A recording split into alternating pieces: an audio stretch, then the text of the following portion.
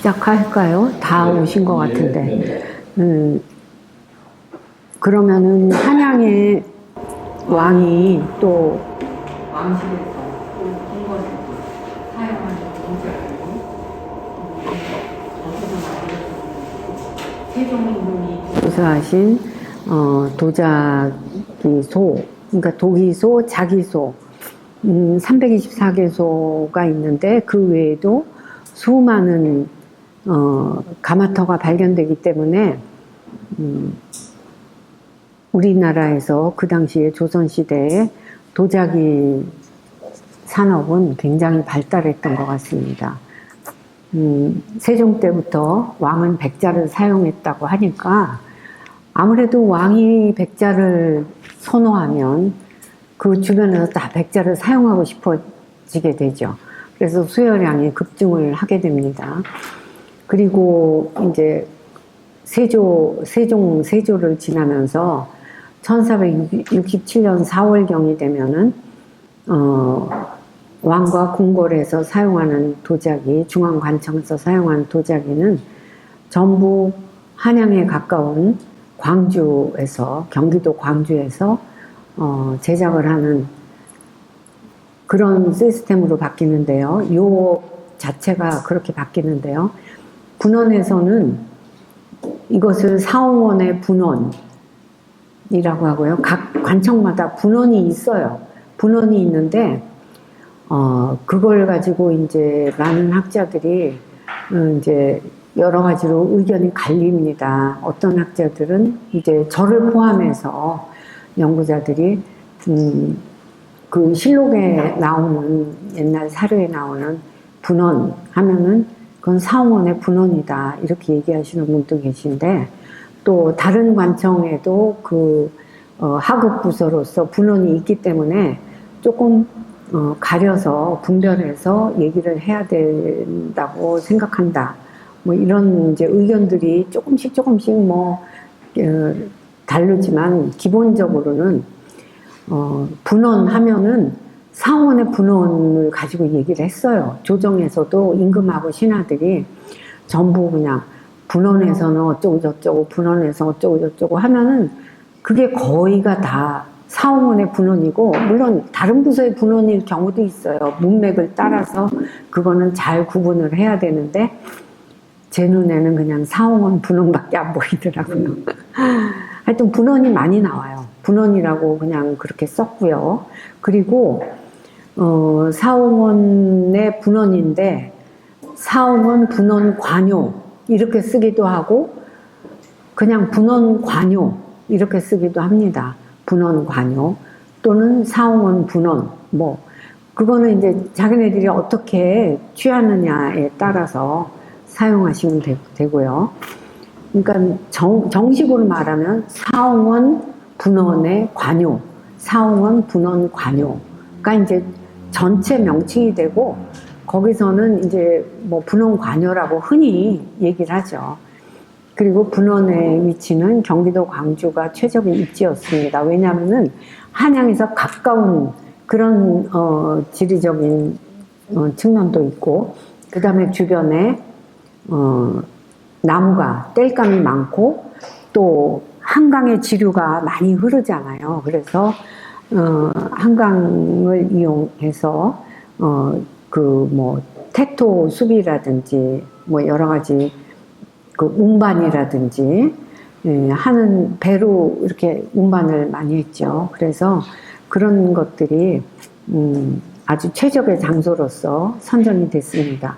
여기가 광주고 그 다음에 기본적으로 광주토를 많이 사용을 했는데 광주 외에도 양구 지역 이게 크기 좋다는 말씀을 드렸죠. 그런데 뭐 논양의 송토라든지 진해 뭐 이런데 그 실록을 보면은 지명이 이렇게 나와요. 지명이 나오기 때문에 그 지역에서 태토를 흙으로 운반을 했고요.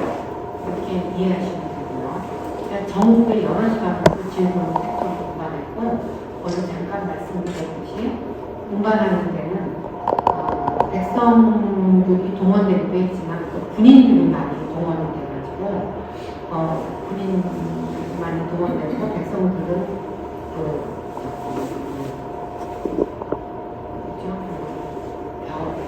심는 농번기 그때는 너무 힘들다. 그렇게 이제 조정을 했다가 상속을 했다가 주변에 풍부한데 그런 일이 있었고요. 그리고 우리나라는 소나무를 썼는데 중국은 석탄을 썼어요. 석탄이 나왔어요. 근데 처음으로 청자백자가 만들어진 것이 화남지방이 아니라 화북지방이에요. 그래서 하북성 주전부에서 성서서 하북성 주제해가지고 청자가 만들어졌어요. 먼저 중국이 북쪽에서 문명이 발달했잖아요. 황하 중심으로 그 도자기로 청자백자로 그렇게 먼저 만들어졌는데요. 그것이 이제 당나라 때부터 남쪽, 그러니까 육조시대에서부터 수르대를 거쳐서 서서히 남쪽으로 이동을 해서 당나라 때 월주요가 크게 번성합니다. 그래서 월주청자 하면은 당나라. 그리고 송대로는 뭐라 그랬죠? 북송대는 당나라가 당나라 때 번성하던 월주요가 서서히 쇠락하면서 용천요가 부상하고 남송시대로 가면은 용천요가 아주 대세를 이루고 그리고 병덕진요가 또 부상됐기 때문에 백자 위주로 서서히 넘어가는 그 변동기가 남송시대고요. 이제 청자에서 백자로 남송시대는 청자 백자가 이제 거의 이제 아무래도 용천 청자가 더 우월했지만 백자 병덕진 백자에 대해서 중국 사람들이 너무 아주 신선하게 그런 식이었고 원대로 넘어가면 완전히 백자예요. 그때 원청자 하면 그거는 조금 나쁘게 그런 도자기 감주가 됐습니다. 원나라 하면 청자를 얘기를 하진 않아요. 청자는 이제 한글 가는 도자기고 백자로 하고 그때서부터 이제 화려한 백자가 원명청 이렇게 지금까지 있는 그것이 아까 선생님하고 무역 도자기 좀 잠시 했는데요. 무역 도자기 시기가 그 당나라 때 이전 시대에 있었지만 담산체 같은 게 서역에서 많이 또 발견이 되거든요. 그런데 담산체는 무역 도자기로서 그렇게 좀 적합한 도자기가 가볍긴 한데 깨지기가 쉬워요. 소골 그리고 독이 지니까 뻑뻑 깨져요. 그래서 제가 제일 위험하게 생각하는 것이 그 서양 박물관에 가면 특히 우리 박물관에 가면 담산체 같은 걸 이렇게 밖에다 이렇게 놔요. 잘못하면은 애들이 좀 건드린다거나 잘 모르는 어른들 좀 스치거나 새 부분을 스치거나 그러면 그거 완전히 깨지거든요. 그런 거 관람하실 때 좀 조심하셔야 돼요. 그리고 그러니까 담산체는 그렇게 많이 수출되는 품목이라고 할 수 없고 어쩌다가 이제 막 귀하게 포장 같은 몇 경도 했겠죠. 그렇게 해서 간 것도 있고 그 이후에 당나라 오후에 이제 송나라 때 아주 비슷했어요. 송나라 그때에 그러니까 송나라, 원나라, 원이목도 굉장했습니다. 원나라 때는 그 몽골족이 저쪽 서양까지 다 점령을 했던 그런 시대였잖아요. 그렇기 때문에 뭐 서아시아에서 프랑스, 영국 그쪽으로 중국에 엄청나게 많고 바로 이어서 일본 도자기 그 중국을 카피를 해요. 카피를 해가지고 마치 자기네가 중국 도자기냐 엄청나게 똑같이 만들어요. 오늘은 이제 비교 자료를 내가 슬라이드를 안 갖고 왔는데 이제 그런 강의를 할 때는 슬라이드를 딱 비교해서 보여드리면 너무 재밌어요. 그렇게 만들어가지고 또 막 수출을 하는 거예요. 그리고 네덜란드에서 이제 중국보다도 일본에 먼저 눈독을 들였기 때문에 왜 고흐랑 이쪽 일본 문화를 막 많이 동경을 했잖아요. 그림도 많이 그리고. 그래가지고, 그런 도자기를 보고서 너무 놀래가지고, 제가 아까 말씀드렸듯이 이마리로 해가지고 막 수출을 했어요. 그래서 아리따가 그때 번성을 한 거예요. 본토까지 갈 수가 없어요. 교토로 해서 이렇게 그쪽, 그러니까 후쿠오카 북쪽, 큐슈 그쪽이나 해서 그 주변으로 해가지고 도자기를 가지고 가는 거지 본토까지 들어올 수가 없습니다. 그래서 네덜란드 상선들도 그렇게 왔다 갔다 했고요. 그래서 큐슈가 그렇게 발달했죠. 도자기 산업으로. 그런데 이제 일본 그 도자기 쪽에 보면은 그쪽도 중요하지만 또 본토 쪽에서 발달한 도자기에 대해서 많은 또 비중을 두고서 연구를 하고 있는 것이 이제 일본의 경향이고요. 이것까지는 여러분들이 모르셔도 될 것 같아요. 이거는 이제 제가 도자기 그 파편의 연대를 이렇게 추정을 해가지고 광주 관여 백자도 다 가마마다 구체적인 연대를 다 이렇게 제시를 했거든요. 근데 상림리하고 선동리하고 이게 예전에 나왔어요. 이화여대 박물관에서 나왔는데 연대를 제가 수정을 했어요. 그 전에 것도 나왔기 때문에 파편이 간지명이 나오거든요. 간지명이 정확하게 나오기 때문에 상림리 같은 것도 아마 3년이 앞으로 갔을 거예요.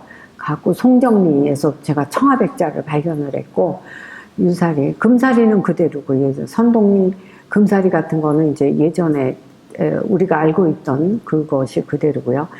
그리고 이 이후에 분원리라는 곳이 있는데 분원리라는 곳에서는 영조 때 분원리 금사리에서 분원리로 옮겨가지고 1883년까지 굉장히 오랜 시간 동안 130년 이상 한 곳에서 백자를 굽는 거예요. 그러면서 왜 제가 1883년이라고 했느냐면은 이때부터 문서가 민영화를 시키자, 관요를 민영화시키자 하는 정책이 이제 내년부터 실시하자. 그래가지고 1884년부터는 민영화가 돼요. 그러면서 어떤 일이 벌어지냐면은, 그때부터 나라가 좀 어려웠나 봐요. 그래서 이제 민영화를 시켜가지고 어떻게 되냐면 시전이라는 게 생겨요. 시전. 그러니까 도자기도 시전에 가서, 그러니까 시장이잖아요. 거기 가가지고 도자기를 사갖고 오는 거예요. 궁궐에서 소용되는 도자기를 왕비 하여튼 소용되는 모든 도자기를 다 사가지고 와서 쓰는 거예요. 그러니까 관여였을 때는 진상자기로 무조건 바치는 거거든요. 관여 도자기는 궁궐에. 그런데 그런 좋은 시절이 다 지나가고 그래서 이제 분원리에 도자기를 만드는 최고 책임자가 상인이 돼요. 상인. 예전에는 도제조라고 그래서 상원의 높은 관직의 그 사람이 도제조, 또 그 밑에 제조, 부제조 이렇게 있거든요. 도제조, 부제조, 제조, 부제조 이렇게 있는데 그런 직책이 이제 다 없어져요. 다 없어지고 이제 상인이 영리를 추구하는 체제로 바뀌는 거예요. 그러니까 엄청난 변화죠. 그러면서 이제 나라가 이제 기강이 다 이제 해이해지고 그렇게 되는 거죠. 이거는 뭐 이제 그냥 가고요. 그 다음에 이상하네 내가 왜. 아니 사료 하나를 적었는데 그게 아직 안 나오네요. 분원 관여 중심으로 관여하고 이제 지방료로 이렇게 성격이 나뉘게 돼요. 왜냐하면은 광주에 분원 관여를 설치를 했기 때문에 이거 제가 제시한 연대인데요. 이게 오래전에 1994년도, 5년도 그때 제시를 했는데 이 연대가 이제 그대로 지금도 다 학계에서 이제 통용이 되고 있습니다. 그리고 관여가 민영화되는 거 제가 아까 말씀드렸죠. 1884년 이렇게 되고요. 그 다음에 이렇게 관여가 세조 13년에 딱 설치가 되니까 거기에 따라서 직제가 새로운 직제가 생기죠. 분원 관여가 생기면서 그러니까 녹관을 둔다 이렇게 돼 있어요. 분원관으로 설치하면서 녹관이 제가 학회에서 이거를 주장을 하니까 그 사료를 소개하면서 합니까? 어떤 분이 녹관이 뭐예요? 녹관이 도자기 하시는 어떤 교수님이 그러셔서 할 말이 없더라고요. 녹을 먹는 관직이죠. 녹을 먹는 관직인데 그 정도는 이제 알아야 되거든요. 그런데 사원의 분원 관요를 운영하기 위해서 이렇게 이제 관직을 다 임명을 해놓는 거예요. 철저히 경국대전에 그게 명문화가 돼요. 그리고 경국대전에 이제 계속 나오는 얘기가 제가 이제 그 사료는 좀 소개 안 하는데요. 백토 장부를 만든다고 그래요. 백토로, 그러니까 분원 관여로 들어가는 거에 뭐 딴 데로 유출되지 않기 위해서 그렇게 하고, 뭐 등록 대장부를 사원도 두고, 뭐 어디도 두고, 뭐 의정부에 두고, 이렇게 나눠서 둔다. 뭐 이런, 얘기도 있고요. 그리고 뭐 경국대전에 보면은, 뭐 이 청화백자를 사용하는 사람들 풍기에 따라서 누구 이상은 뭐 종 이품 이상은 사용할 수 있고 그 이하는 사용할 수 없고 도자기가 그래요. 풍계에 따라서 사용할 수가 없어요. 청화백자 뭐 잔과 주자 정도는 사용할 수가 있고 몇 품 이하는 잔만 사용을 해야 되고 그게 다 경국대전의 법전으로 들어가 있는 거예요. 그럴 줄은 몰랐죠. 그러니까 여러분들 좋은 세상에 살고 계신 겁니다. 예전에는 그러니까 관복도 풍계에 따라서 다르듯이 그렇게 아무나 쓸 수가 없는 거였어요. 그러니까 세조 때만 해도 왕하고 중궁전, 왕비까지 청화백자를 쓸 수 있게 했고 세조 이렇게 후반기로 넘어가면은 청화백자를 시험본조 해요. 우리나라에서. 시험본조 하는 거 이따가 보여드릴게요. 시험본조를 해가지고 어느 지역에서도 했다. 어디 흙을 갖다 쓰고 어디에 안료를 갖다 썼더니 중국 이제 청화백자하고 유사하게 만들려고 그렇게 노력을 하면서 점차 우리나라에서 청화백자를 만드는 거예요. 그러니까 중국에서 수입했다고 해서 왕실에 들어오는 청화백자를 우리가 무조건적으로 그냥 뭐 중국 제품을 사서 쓴다든지 그런 게 아니라 우리나라 사람들이 뭐 반도체 만들고 뭐 하듯이 스스로 만들려고 노력을 하는 거예요. 그러니까 그 청화백자를 만들수록 우리는 자산이 풍요로워지는 거예요. 왜냐하면 다른 외국에서 우리나라 거를 막 탐내하니까 그러니까 여러 가지 그 효과가 있는 것이죠. 그리고 여기에 관요가 생김으로 인해서 왕실, 뭐 종친, 그러니까 궁궐 밖에 사는 종친, 뭐 중앙관청 이런 데는 이제 관요 도자기를 사용하게 됩니다. 그래서 발굴을 해보면 또는 우연히 발견되는 경우에도 관철동 이렇게 경복궁 주변에 종친들이 좀 나가서 살잖아요. 왕실 가족이. 그러면은 그 사람들이 아마 썼던 것 같아요. 그런 것들이 이제 발견이 되고 하는 경우가 있습니다. 그러면은 그 지역의 나머지 세종실록 지리지에 소개된 도기소, 자기소는 어떻게 되는 거냐. 그거는 그 지역의 관청이나 또는 그 지역의 뭐 양반계층, 뭐 또 돈이 많은 우리나라 16세기부터 부자가 많이 나오잖아요. 그런 사람들이 다 돈 주고 사는 거예요. 돈 주고 관요 백자도 슬슬 빼다 쓰니까. 그러니까 뭐 이 지방에 있는 가마들은 그래서 공납 의무를 탈피했다. 제가 이렇게 썼죠. 더 이상 세금으로 내지 않아도 돼요. 여기 분원 관요가 생겼으니까. 그러니까 요 체제가 그리고 조세 그 시스템이 엄청나게 바뀌는 거죠. 그러니까 토산물로서 바치지 않아도 됩니다.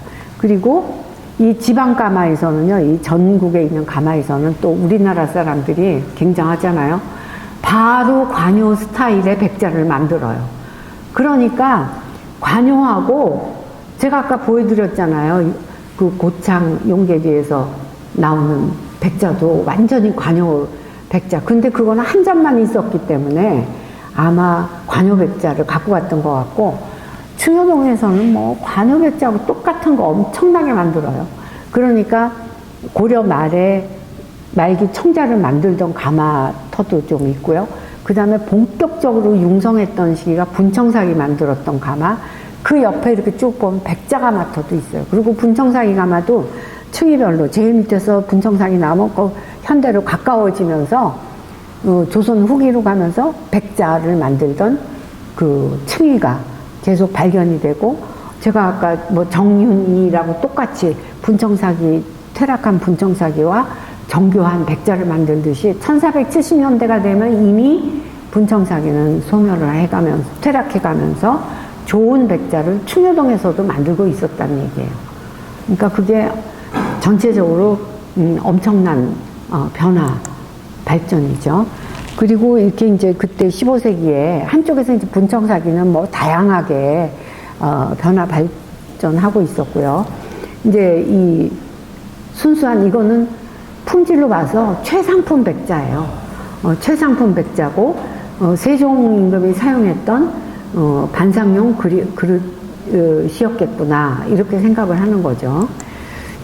그리고 그 시기에, 세종 임금 시기에 반상기로 임금은 백자를 사용했다 할지라도 주변의 왕실 가족은 이렇게 따님, 맏따님, 그 귀여운 맏따님이 이제 일찍 죽었지만 그 태양아리였고요. 태양아리가 두 개가 한 세트예요. 정소공주 태양아리 두 개가 한 세트고요. 이거는 이제 월산대군 1462년을 기억하시라고 그랬죠. 1467년 관여가 설치되기 전이에요. 그러니까 물론 왕이 아니기 때문에 분청사기를 했는데 최고급의 분청사기를 사용했던 겁니다. 제가 아까 이거 보여드렸죠. 충효동에서 만든 최고급 분청사기 항아리. 그런데 이제 1467년이 지나갔잖아요. 이 이후에는 왕실에서 사용하는 백자는 태양아리건 뭐건 다 이렇게 지석과 함께 백자로 만듭니다. 그러니까 태호가 이게 내호고 이게 외호예요. 요것에 이제 속에 태를 넣고 그 다음에 이 항아리를 이 속에 또 넣는 거예요.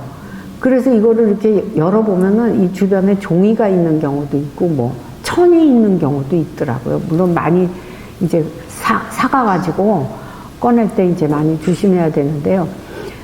대개 이렇게 이제 민간인들은 모르겠어요. 근데 왕실에서 태어나면 2년이나 3년 있다가 그 태호를 매장을 하더라고요.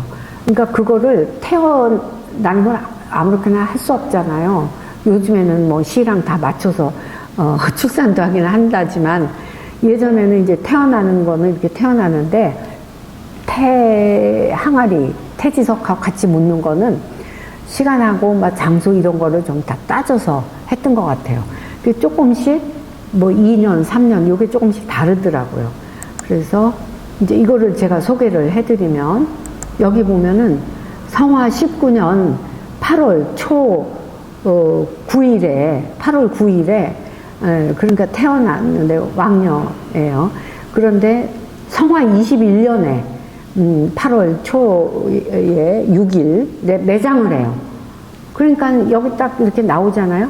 84년 성화 19년이면은 84년인데 성화 21년이면은 8월 초 그것까지는 알 필요 없지만 8월 그러니까 2년 햇수리 치면 4, 5, 6 3년이고 그냥 지난 2년 후에 이렇게 매장을 하는 거죠. 그러니까 태어났다고 바로 해가지고 이렇게 처리를 하는 게 아니라 이렇게 좀 어느 정도 보관을 했다가 하는 거죠.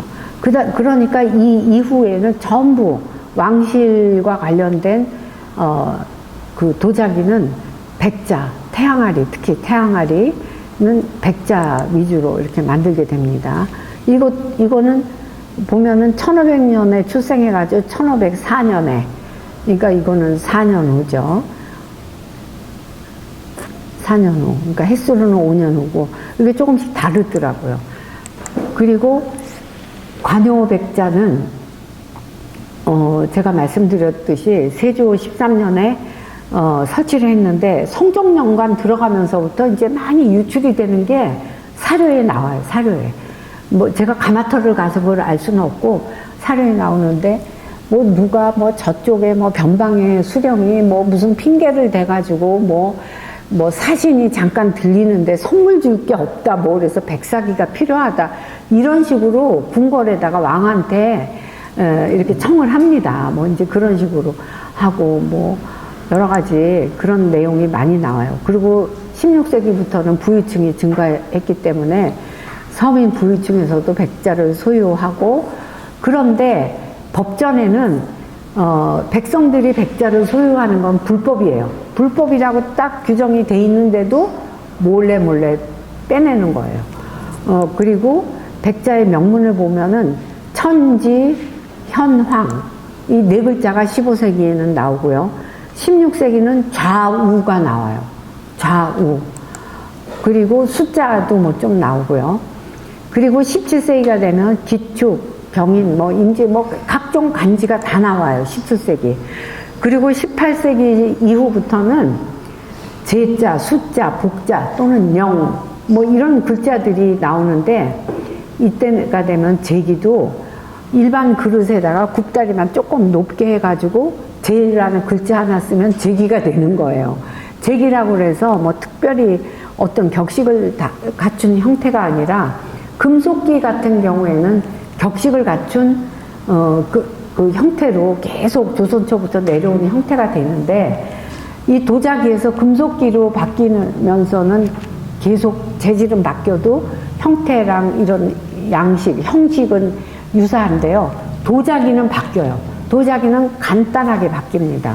그래서 굽다리만 조금 높고 제자만 써놓으면 제기가 되고, 그 다음에 숫자나 복, 명, 뭐 이런 상서로운 그런 글자들은 다 도안화 돼가지고 그릇의 무늬로서, 글자가 도안화돼서 그릇의 무늬로서 장식이 됩니다. 그 천지, 현, 황이 있고요. 여기 천지, 현, 황이 있고, 그 다음에 이제 이런 백자도 밑에 보면은 좌우, 이 우자가 있습니다. 우자가 있는 거 제가 언제 16세기라고 그랬죠. 그거 외워두면 편해요. 근데 이제 가짜로 만드는 사람도 있으니까 가짜 보고 아우 이거 뭐 16세기 거네 뭐 이렇게 속단하시면 안 되고요. 다 유물 전체 양식을 확실히 분석한 다음에 이 글자가 있으면은 이 글자가 우선이 아니 되는 거죠. 도자 양식을 전체를 보고 이 받침도 보세요. 비교적 깨끗해졌죠. 이제 이거는 조금 가는 모래를, 규사를 좀 많이 뿌렸는데 정교한 것일수록 이게 많이 다듬어져 있어요. 물론 나중에 요즘에 소장하는 사람들이 이걸 막 갈아요. 막 갈아가지고 매끈매끈하게 만드는 분들도 계시거든요. 그리고 이것도 그 박물관의 수능벽인데, 이런 병에 그 형태를 이렇게 이제 도상으로 만들었고요. 이거 제가 이거는 백자예요. 우리나라에서 잘 못 만든 백자인데, 이거하고 비교하면 뭐 하늘과 땅이잖아요. 이건 마치 분청사기 같이 생겼잖아요. 잘못 만든 분청사기. 근데 이거를 일본 사람들이 너무너무 좋아하는 거예요. 예. 그래서 막 전시를 하더라고요. 다도자료관, 또 내즈미술관 가니까 막 다도실에 막 이렇게 전시를 해놨는데, 그 사람들 참 대단해요. 예. 그리고 이게 운영문 항아리의 파편인데요. 이거 아까 잠시 보여드렸던 것 같은데, 15세기 후반에서 16세기 초 우산리 9호에서 제가 이제 수집을 한 건데요. 이거는 제가 수집한 게 아니구나. 이거는 저는 이거보다 더 작은 거고, 이거는 어디서 했냐면은 저기 어디죠? 이게 저기 해강도자미술관에서 수습한 것 같아요. 지금은 폐관했죠. 폐관했어요. 거기 박물관 새로 크게 지은 다음에 불이 나가지고 아드님이 돌아가셔가지고 충격받아가지고 폐관을 했어요. 그리고 이거는 여기 여의주가 있고요. 여기 구름이 있죠? 근데 이 구름의 모양하고 여의주 모양으로 봐가지고 이거 하고요. 용의 이거 비늘이죠. 용의 꼬리인 것 같아요. 이걸 가지고 되게 이제 그 시대가 이렇게 내려가는 시대가 아니고 올라가는 좀 이른 시기라는 거를 알 수가 있어요. 그리고 제가 이거는 분청사기이지만 용이 이렇게 상감되어 있는 이런 거는 왕과 관련된 도자기다. 그 말씀 드렸죠. 그러니까 왕의 옷에는, 의관에는 이렇게 딱 용이 다 장식이 되어 있지만 왕비는 뭐예요? 왕비는 꿩인가? 뭐, 예? 그렇죠. 그래서 새가 이렇게 그려져 있고, 왕은 용이에요. 그래서 세종실록 올해 보면은 이거 제목이 백자청화주회라고 되어 있어요. 그러니까 술을 담는 항아리로 사용했던 것 같아요. 그러니까 지금으로 현대적인 용어를 하면 백자청화운명문호 이렇게 했겠죠. 근데 이 사람들은, 조선시대 사람들은 백자청화주회, 이 꽃 화자를 썼어요. 지금 우리 그림 화자 씁니다. 꽃 화자를 썼고요. 이 받침은 중국에서는 원나라 때부터 이렇게 받침을 받쳐요. 그러니까 이 도자기를 보면 저부가 훌쭉하게 들어가 있고 굽이 조금 이렇게 안쪽으로 들어가 있어서 조금 불안해요. 약간 놓기가 실물인 경우에. 그래서 이렇게 받침을, 나무로 만든 받침을 사용했지 않았겠는가. 이 그림이 이렇게 있으니까요. 그렇게 생각을 하고요. 그 다음에 이게 이제 결정적인데요. 우산리 구호가 1466년부터 16세기 전반일 것이다라고 연대 추정하는 이유가, 이 무늬가 너무나 생동감 있고, 비록 파편이지만 15세기 아마 후반이라는 데에 더 비중을 두고자 하는 거죠, 이 파편은. 그런데 이 파편에 보면은 사과라는, 이거는 지석에, 돌아가신 분의 무덤에 묻는 그 지석인데요. 사과라는 관직이요, 무반직이에요. 무반직인데 높은 직급도 아니에요. 이게 아마 6품 정도 된대요. 그런데 이제 일반 뭐 백성들에 비하면 대단한 거죠. 근데 이 지석, 이 글씨를, 청화를 이것처럼 진하게 못 썼죠. 청화가 너무 귀한 거예요. 청화 귀에서 여특게 이렇게 조금만, 안료를 조금만 찍어서 글씨를 썼는데, 아, 사과였던 분이 이렇게 청화로 지석을 만들었으니까 누군지 더 이상은 알 수가 없어요. 이게 누군지. 요 조각밖에 그 수습을 못 했는데요. 여기는 발굴했어요. 이화여대 박물관에서. 여기는 발굴했어요. 그러니까는 같은 지역인데도 여기는 지표조사했는데 이게 나오고 이게 나오고. 사과명이 있어가지고 이게 무반직이라는 거를 이제 알게 됐고, 유출이 이렇게 되는구나 하는 것을 알게 됐죠. 그 다음에 백자에 요건 분청사기 같이 이런 인화국문이 장식이 돼 있고요. 같은 시대 분청사기에 영향을 받은 것이고, 이건 굉장히 리드미컬하죠. 상감문이 장식되어 있는 백자입니다. 백자예요. 근데 백자가 마치 분청사기 같은 그런 느낌의 백자예요. 가까이 보면은 이게 조금 확대해가지고 뭐 자세히 보셔도 이 정도예요. 이렇게 그냥 원을 중심으로 해서 방사상으로 작은 짧은 줄무늬를 이렇게 새겼는데, 이걸로 인해서 이게 소곡무늬가, 국화무늬가를 형상한 거죠. 국화무늬. 그 다음에 지금 이 청화백자 접시를 보고 중국 거 아니냐 이렇게 생각하실 수가 있는데요. 조선 초의 청화백자예요. 이거는 차이점은 이제 이 밑바닥에 굿받침을 보면 중국 게 아니라는 거를 대번에 알 수 있는데요. 이게 조선시대 초기에는 이렇게 중국 도자기 같이 만들었어요. 중국 도자기 무늬를 그대로 이제 모사를 하는 그런 방식이었는데, 여기에서 조금 거칠게 그려면은 이렇게 돼요. 이건 좀 많이 거칠죠. 그죠? 그 다음에 또 한 가지 새로운 조선 스타일이 나오는데요. 이걸 보시면 여기 물이 있고요. 강물 같아요. 물이 있고 분원에서 만들었으니까 아마 한강일 거예요.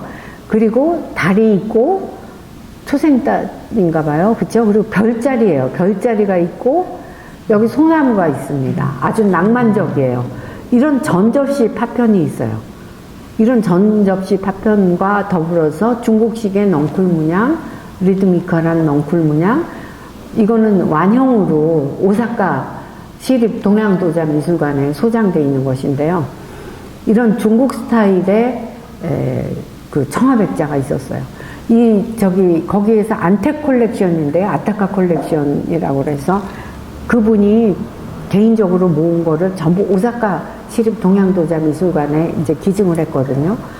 근데 그 아타카 콜렉션은 대단하더라고요. 그분이 중국 도자기도 많이 모으셨는데요. 점점 한국 도자기가 많아지는 거예요. 그리고 한국 도자기가 그렇게 종류별로 다양하게 명품을 그렇게 소장을 하셨더라고요. 명품을. 그래서 야, 저는 그거 보고 그 안택이라는 그 아타카 그분이 대단하신 사업가였는데 우리나라 사업가분들은 좀 많이 속으세요. 속아서 저는 평생 뭐 이렇게 그런 거 감정을 안 해드렸는데 기관에서 하는 것만 감정을 했어요. 지금도 그렇게 하고 있고요.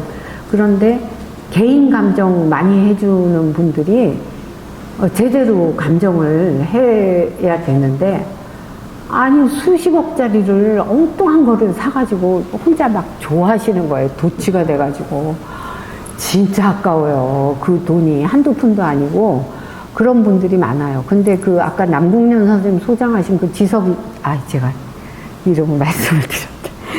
그 지석은 그 아마 후손이 파셨을 거예요. 이제 돌아가시고 그 삼성리움에 갔다는 그 지석은 정말 그거 하나밖에 없어요. 한 점밖에 없고 그걸 아마 이제 박물관에 있는 어떤 이제 오래 근무하신 분이 저보다 선배인 분이 아마 자문을 해드렸던 걸로 저는 알고 있거든요. 그래서 정말 좋은 유물을 구입하셨던 거죠. 그리고 이것이 이제 중국 도자기예요.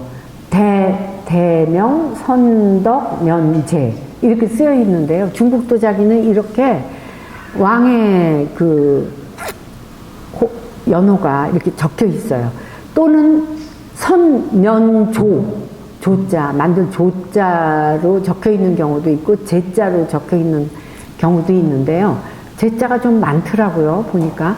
근데 이거는 어기창이라는 데서, 중국의 경덕진 어기창이라는 데서 원나라 때부터 그냥 엄청나게 만들어요. 우리나라 분원관요 같은. 근데 어기창하고 분원관요하고는 별 연관은 없어 보이지만은 세조가 또 그 존재를 알았을지도 모르죠.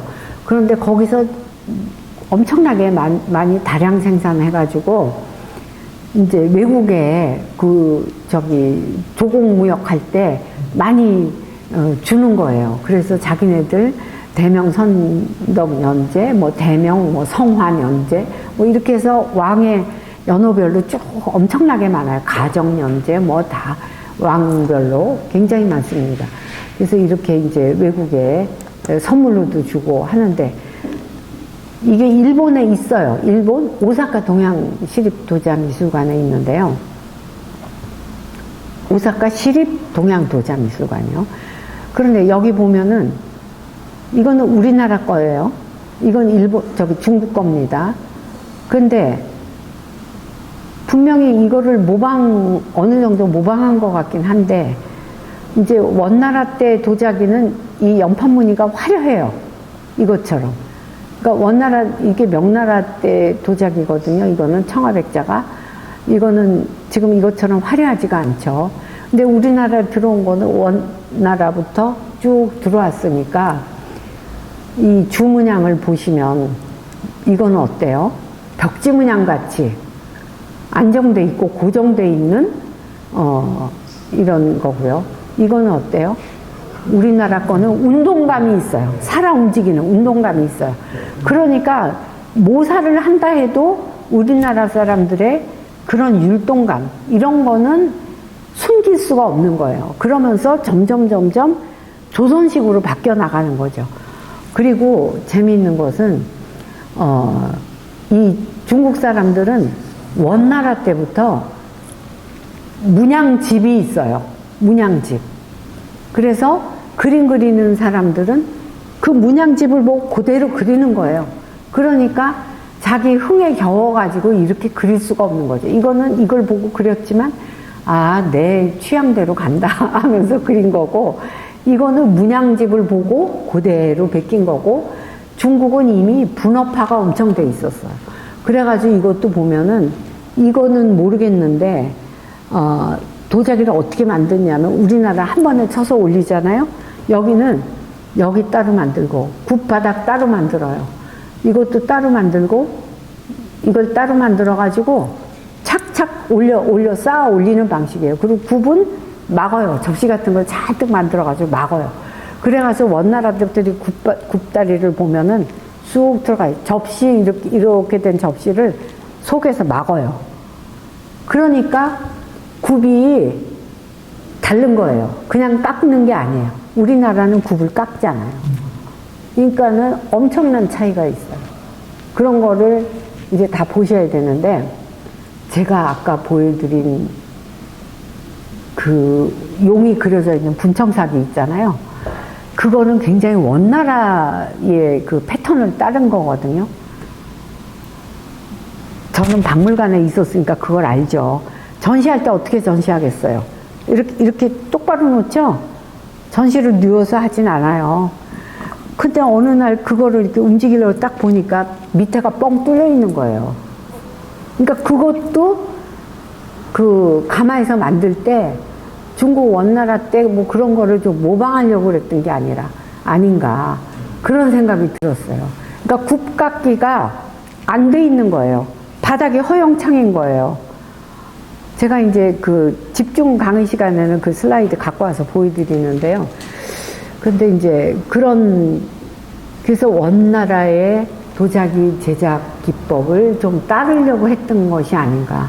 그런 생각이 들고요. 그리고 신안해저 유물을 보더라도 신안해저 유물을 보면은 밑에를 접시로 막은 것들이 굉장히 많아요. 그리고 이거 제가 좀 전에 보여드린 중국 도자기고 우리나라의 들국화가 이렇게 한가로 피어 있고, 그 다음에 매화고요. 벚꽃이라고 그래야 되나? 하여튼 그러고 새가 2마리 있는데요. 새가 왜 이렇게 시커멓게 됐느냐면 이거를 안료 조절을 못해서 그래요. 이거 안료 조절하는 게 굉장히 힘들다고 그래요. 그래서 시커멓게 그냥 조금만 칠을 해도 이렇게 시커멓게 되겠죠. 그런데 성현의 용제총화를 보면은 사홍원 관리가 좌우로 나뉘어서 각각 서리를 이끌고 가서 봄에서 가을까지 감조해서 어부에 수납한다. 어부에. 그러니까 왕의 창고에 경복궁에 가면은 뭐 천자고 지자고 이렇게 창고 이름이 있잖아요. 거기에 수납을 하는 거예요. 사홍원 관리가요. 가는 거예요. 서리. 이 서리에 대해서도 우리는 논문을 씁니다. 이 서리가 누구냐? 왜냐하면 어떤 여기를 보면은 화원을 이끌고 간다고 돼 있어요. 신정동북여지 승남에 보면은. 그러니까 이 서리하고 이 화원은 다른 사람이에요. 근데 예전에 사료를 열심히 검토 안 한 우리 이제 도자기 하는 분들은 이거를 그냥 막 두리뭉실해서 해석을 해버리시는 거예요. 근데 그렇게 하면 안 돼요. 서리는 분명히 그 향리 출신의 심부름하는 말단 직급이에요. 서리. 우리 어렸을 때 왜 서리라고 안 했어요? 동해 뭐 서기 뭐 서리 그런 서리는 막 심부름하는 사람 말단 직급. 그래서 그 지역 정세를 잘하는 향리 출신으로 뽑아요. 그러니까 뭐 도제조, 뭐 제조, 부제조 이런 사람들은 하도 고고해가지고 그 지방으로 안 가요. 그렇게 왔다 갔다 하는 가마까지 안 가죠. 안 가고 안에서 결제만 합니다. 결제를 하고 왕한테 상소를 하고 요업에 관해서 그런 일을 주로 하시지, 막 심부름은 서리가 합니다. 그리고 이 신중 동국 여지승남에 사홍원, 여기도 사홍원 관리가 나오죠. 그러니까 사홍원 관리가 아까 그 사홍의 감독하에 이렇게 한다고 그랬잖아요. 사홍시예요. 사홍시, 사홍시 했다가 조선시대 와서 사홍원으로 되거든요. 그러니까 화원을 이끌고 간다는 건 그림이 그러니까 이런 그림이 나올 수가 있는 거예요. 그 사기 장인이 어떻게 이런 그림을 그리겠어요. 그 흙 반죽하고 뭐 유약 날르고 물 날르고 뭐 하는 분들이 이건 못 그립니다. 이거는 조선 초에는 왜 그 여기로 그림을 사대부들이 시서화를 다 익히잖아요. 그래도 자기가 좀 시서화 이런 거를 좀 천시해가지고 자기가 그런 거에 능하다라는 거를 막 이렇게 알리질 않아가지고 조선 초기에는 발문도 없잖아요. 이제 조금 세월이 지나가야 발문이 나오고 그래서 화풍을 가지고 그 뭐 안견이니 뭐니 알 수가 있는 거지. 그 뭐 그렇게 발문이나 자기 이름, 호 이런 걸 안 적어 놓죠. 초기에는. 그래서 어용지기를 감조한다는 게 바로 그 얘기예요. 이런 그림을 그리고 용의 그림을 그려가지고 어용지기는 왕만 사용하는 그릇이에요. 왕의 그릇을 감독해서 만든다.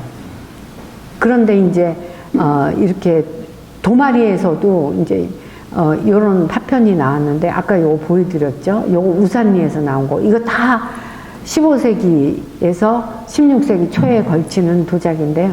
요 새 그림 보세요. 새 그림. 요런 조각들을, 청아백자 조각들이 나오는데요. 이거는 왕만 사용하는 청아백자예요. 그리고 세조 임금으로 가면은 이 도마리하고 우산이 다 이제 요거 세조 때로 걸치는 건데 왕이 특별히 하회와 같은 이렇게 마음으로 그 중궁전에 왕비까지 청아백자를 쓰게 한다고 제가 그랬잖아요. 그러니까 왕과 왕비만 거의 사용했어요. 근데 아까 사과명 보여드렸죠. 그렇게 몰래 높은 그 관직에 있는 사람들이 유출을 해서 쓰는 거죠. 그거 걸렸다 하면은 아마 곤장 맞을걸요.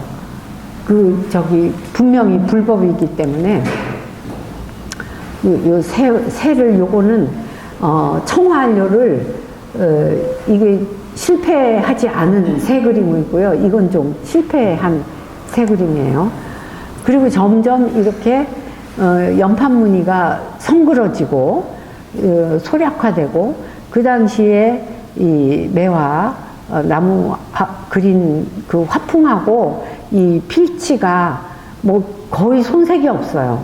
손색이 없을 정도로 이거는 화원이니까 궁중에 소속된 화가니까 이런 그림을 그릴 수가 있고 이런 그림을 그린 도자기를 왕한테 이제 납품을 하는 거죠. 그리고 이거는 정말 소박한 그 부장용 명기예요. 명기인데 이 시기에는요 철사안료로 이렇게 그림을 그리는 거가 이 사람 신분에 딱 맞는 거예요. 철사안료는 우리나라에서 수월하게 구할 수가 있고 철분은 쉽게 구할 수 있었잖아요. 청화안료는 그것도 뭐 사연이 많아요. 청화안료는 우리나라가 처음에는 중국에서부터 가져다 썼는데 중국도 청화안료가 귀했어요. 그래서 저쪽 서역지방에서 가져다 썼는데 중국에서 원나라 때 이거 이렇게 하면 안 되겠다 싶어가지고 자체 개발을 했어요. 석청이라고 그래가지고 그때서부터 중국도 청화백자를 많이 만들어요. 그러니까는 서역에 수출된 청아백자는 원나라의 석청이 발견된 이후부터의 청아백자고 그전에는 청아백자가 굉장히 귀했어요. 원나라 때도. 그냥 순백자를 만들었죠. 그러니까 세종임금 때 말년에 어떤 얘기가 나오냐면은 청아백자를 이제 가서 이렇게 좀 가족 안료를 왜 고려 시대 때 문익점이 목화씨 몰래 갖고 오듯이 청아안료를 이렇게 가지고 들어왔는데 중국에서 그 불법이다 안 된다 못 가지고 나가게 하니까 왕이 사신한테 이제 얘기를 일러요. 그 중국에서 청아안료 반출하는 거를 금했다고 하니 가져오지 말라. 그 뭐 심하면 뭐 사용해도 청한다 하니 가져오지 말라고 그래요. 그러니까 어떻게 했어요? 그게 세종 말년이거든요. 세조년간 들어가면서부터 세조가 청아백자를 쓰고 싶은데 이게 자꾸 시험 번조를 하는 거예요. 시험 번조를 하고 우리나라에서도 토청이라고 그래요. 우리나라는 토청을 이제 개발하기 시작하는 거죠. 1460년대 이후로 그 세조가 왕위에 올라서 이렇게 조금 안정된 다음에는 계속 청아백자를 개발해서 아까 그런 파편들이 나오게 되는 겁니다. 그리고 여기 보면 재밌는 게요. 이 양씨의 부부묘잖아요. 이게 남편인지, 윤남신이라는 분이고, 부인이겠죠? 그리고 삼남일녀를 두셨나봐요. 그래가지고 자기네들 모습을 이렇게 해가지고 무덤에 예전에 이렇게 집어넣는 부장하는 경우가 꽤 있었어요. 그래서 네, 굉장히 재밌어요. 재밌는 이런 사례들이 많고, 그 철화 백자 명기 이것이 이분의 그 신분에 딱 맞는 거예요. 어떤 사람들은 몰래 또 분원해서 구워가지고 철화 백자를 이렇게 하는 경우도 있는데, 그렇게는 하면은 그 불법이죠. 아까 그 사과명처럼. 그런데 재미있는 사례가 또 하나 있는데, 이거 오늘 안 갖고 왔는데요. 그 인천 이씨라고 세조의 장모님이세요. 그분이 세조가 왕위에 올랐는데 돌아가신 거예요. 그러니까 그분 지석은 또 세조가 특별히 청아백자로 묘지를 만들어가지고 내장에다가, 그러니까 앞장하고 밑장 빼고 내장에다가 청아백자로 다 글씨를 아주 단정하게 쓴 예서체로 해가지고 청아백자를 해서 그렇게 매장을 했더라고요. 그러니까 그건 아주 예외적인 거죠, 예외적인 거. 그러니까 17세기가 되면 이렇게 철화백자 이제 얘기가 이렇게 제례 때 사용하려고 나오는 거고, 그 다음에 이것은 이제 1489년도 홍치라는 명문이 있는 동국대학교 박물관에 소장되어 있는 건데, 죽순이 있고 이 불룩한 이런 항아리의 그 형태에 따라서 위에 올라가면서 가지가 아주 풍성해지죠. 그렇죠? 여기는 줄기고 대나무가 있고 소나무가 있고, 대나무, 소나무, 죽순이 어우러져 있는 그런 그림을 그려 넣었습니다. 그 홍치가 있고 이쪽 맞은편에 이년이라고 있어요. 그래서 1489년인데 제가 어렸을 때 국민학교, 그러니까 초등학교 때 기억인가 중학교 때인가 막 신문에 막 크게 난리가 났었어요. 이거 분실했다고 누가 가지고 도둑이 들었어요. 동국대학교 박물관에.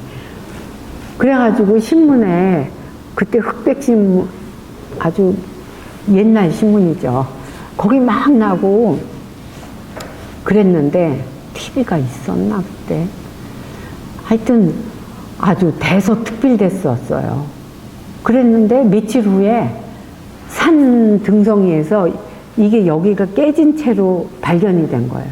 하도 언론에서 보도를 하니까 가지고 다니다가 도둑이 거기다 던져놨나 봐요. 그래가지고 이쪽 부분인가 부분이 깨져가지고 이거를 복원을 했어요. 그냥 한 부분이 깨져가지고 그림이 조금 이상한 부분이 있어요. 그래서 이거 도둑 찾았다는 거 아닙니까, 경찰이. 어렸을 때 그런 기억이 언론에서 보도한 게 제가 생각이 나는데요.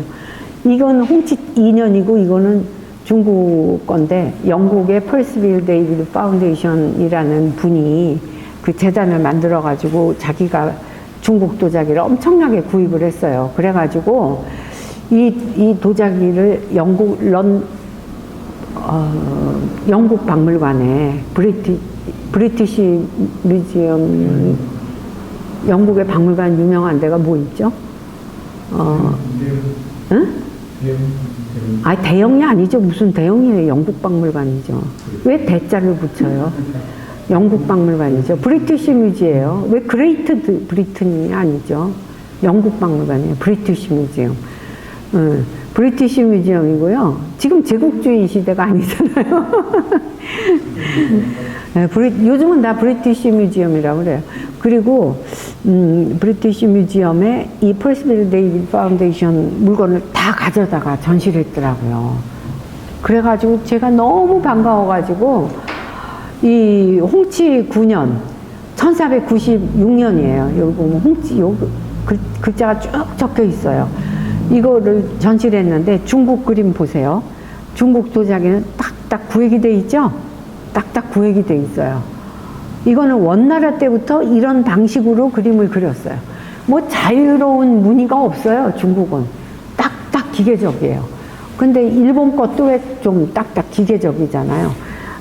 그런데 우리나라의 같은 홍치년간이고 불과 뭐 한 몇 년 차이, 한 7년 차인데 중국 사람이 그린 이거 청아백자예요. 제가 전시실에서 그냥 찍어서 이게 좀 흑백 같은데 좀 청아색이 짙어요. 약간 푸른색이 보이시죠? 이거 청아예요, 청아.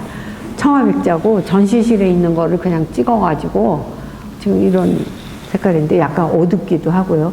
근데 이거는 우리나라의 그 장인들이, 그러니까 화원이 그렸겠죠. 화원이 그린 그림하고는 이거 경매에 나오면 이거 가격하고 이거 가격이 어느 게 비싸겠어요. 이게 당연히 비싸죠. 이거는 가격도 없어요. 한 점밖에 없기 때문에. 그런데 이것도 뭐 만만치 않게 이것도 한 쌍이에요. 한 쌍인데, 그래, 이것도 뭐 저는 이거 한 점밖에 못 봤어요. 그런데 이런 거 하고, 이거는 그림 회화 같잖아요. 회화 같은 거 하고, 이건 도안이죠, 도안. 뭐 어디다 비중을 두느냐에 따라 다른 거죠. 그 다음에 이제 15세기 말 후반에 그 대나무가 그려져 있고, 요 뒤편에는 이렇게, 매화, 등걸이 이렇게 있어요. 그래서 여기 매화가 이제 새로 또 피어나는 이런 모습인데, 제가 상림리에서, 이거 제가 주순 건데요. 상림리 17호에서 옥호, 이게 시예요. 옥호춘이라는 그 시의 구절이 있는데, 여기 엽전이 있고, 이렇게 이제 쭉, 뭐, 그런 시가 써 있고, 몇 가지 장식이 좀 있어요. 근데 그 이튿날, 여기 상림리로 또 가고 싶더라고요. 또 갔더니 이 위에 걸 우리 직원이 주웠어요. 수습을 했어요, 이 뒤에 거. 그런데 그게 그 조사를 하는데요. 광주 우리가 조사 박물관에서 이제 조사를 나가서 우린 지표에 있는 것만 수습을 하는데, 조사 나갔다 하면은 막 나가 그 이튿날 가면요, 어느들 포크레인이 와가지고 다 떠가지고 전부 현상 변경을 해놔요. 왜냐면 지정할까봐. 지정하면은 거기 공사 못 하거든요. 그러니까 우리는 뭐 그렇게까지 하는 사람들은 아닌데 그냥 땅 위에 있는 것만 채집하러 갔는데 발굴이 아니잖아요. 그런데도 난리가 나요. 그냥 막 도자기가 막 박혀있는 층위가 그대로 있는데, 이게 뭐냐고 그러고서 막 우리가 막 보고서 조사하고 그러고 가면, 그 이튿날 가면 밤새 작업을 했는지 싹 밀어져 버려 있어요. 그래서, 그리고 어떤 집에 가면은 가만히 그 정원 안에 있어요. 가만히 이렇게 그리고 그 집 담장에 도자기 파편들이 막 있더라고요. 쌓아놓고 막 그래요. 그래서 주인을 불러가지고 이렇게 놓으면은 이거 큰일 난다고, 이거 불법이라고 그랬더니 막 처음에는 화를 내더니 나중에는 이제 막 얘기를 해요. 이런저런. 그 가막 속으로 들어간 거예요. 막 이렇게 기어서 들어가서 자기 죽을 뻔했다는 거예요. 기어서 들어가서 그 안에 있는 걸 다 끄집어냈대요. 그래서 저 가마 안에서 이게 나온 거라고.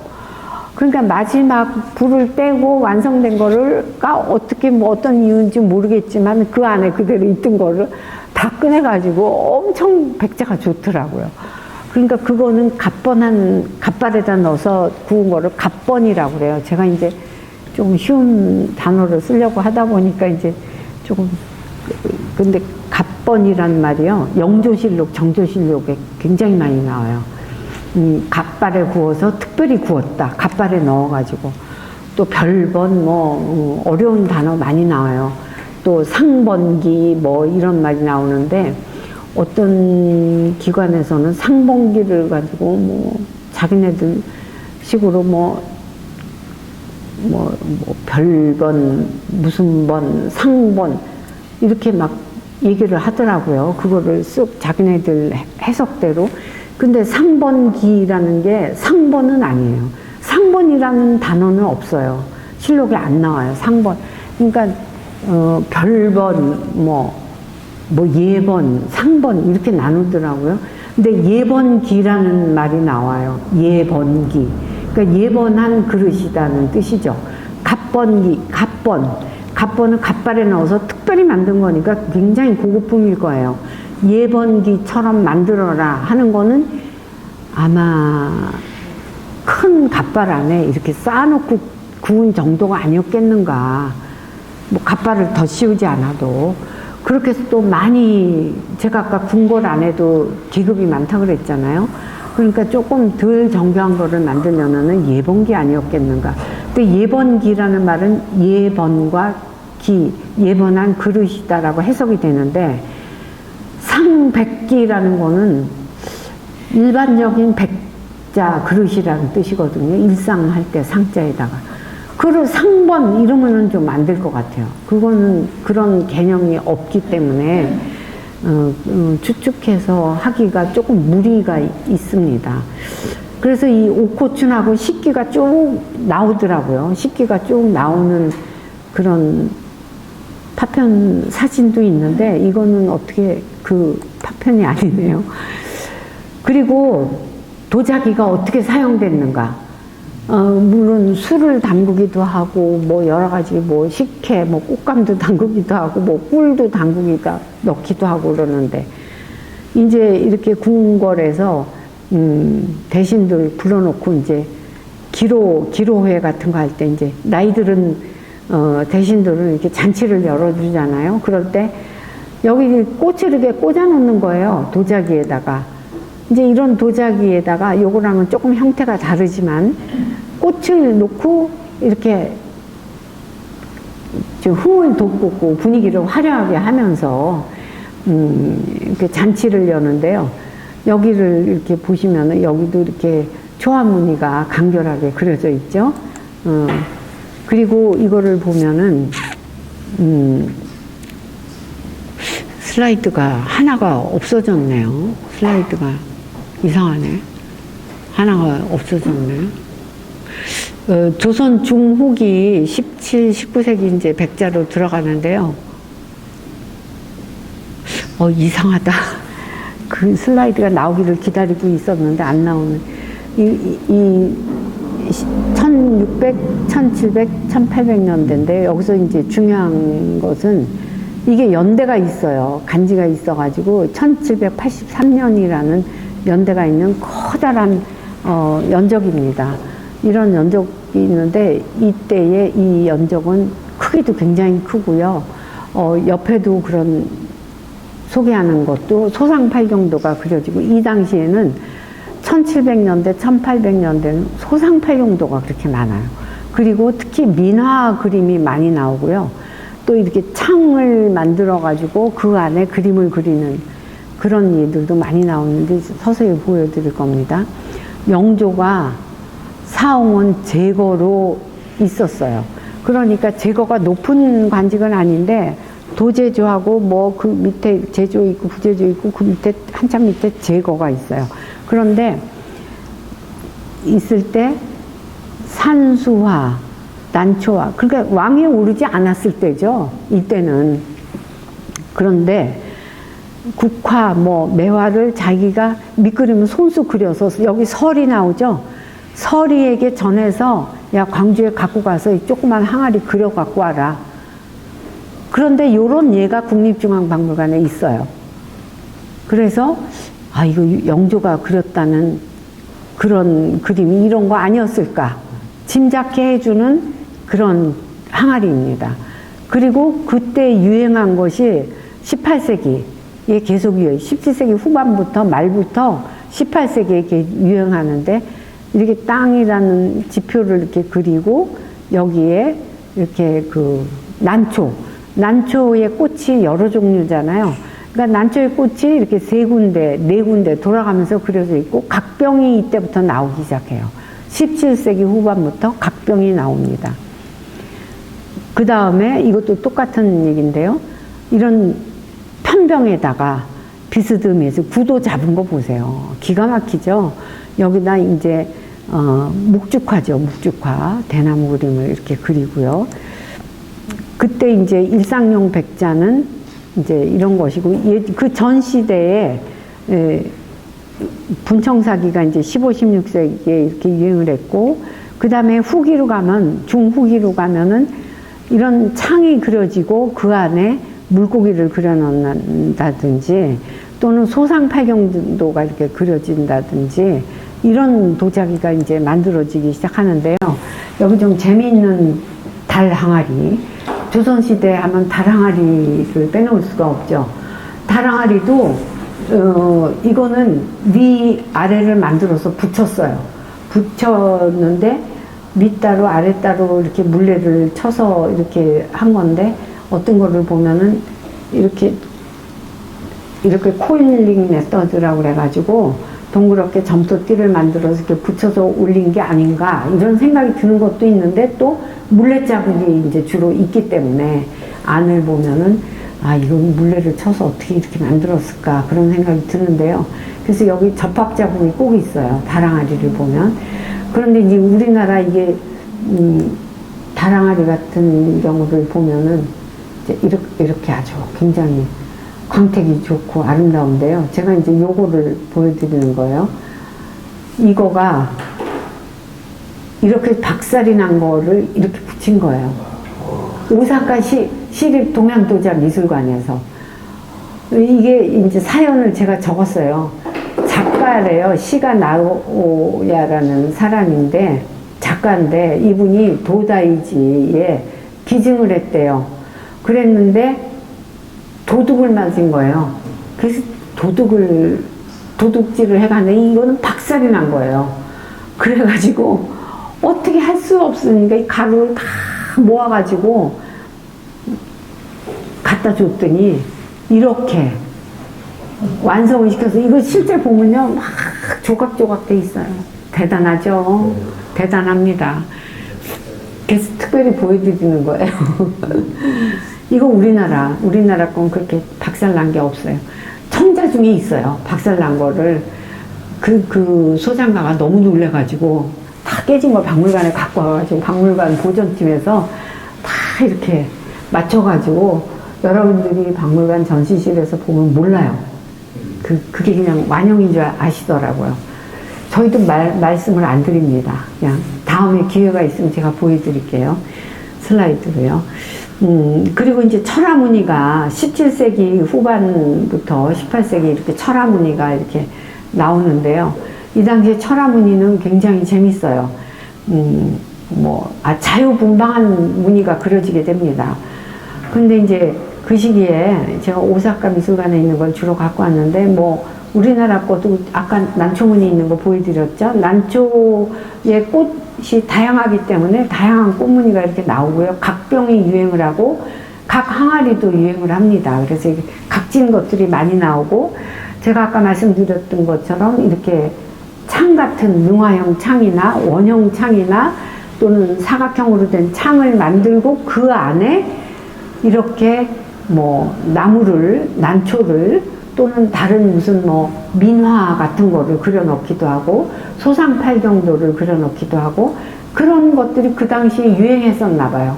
이런 그 무늬가 많이 나옵니다. 이것도 이제 17세기 후반, 18세기 전반에 각병의 난초 무늬를 간결하게 그린 것인데 제가 이제 이거는 독일 마이센에서 만든 알록달록한 도자기예요. 중국 경덕진 백자고 일본의 이마리 도자기를 모방해서 만든 거예요. 제가 이제 이런 자료도 많이 있는데요. 유럽 사람들이 너무 웃겨요.